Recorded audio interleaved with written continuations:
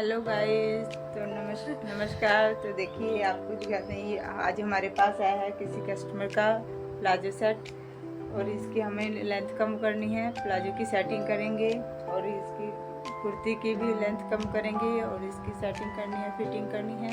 तो आज आपको दिखाते हैं प्लाजो सेट की फिटिंग कैसे करते हैं। तो आइए प्लीज़।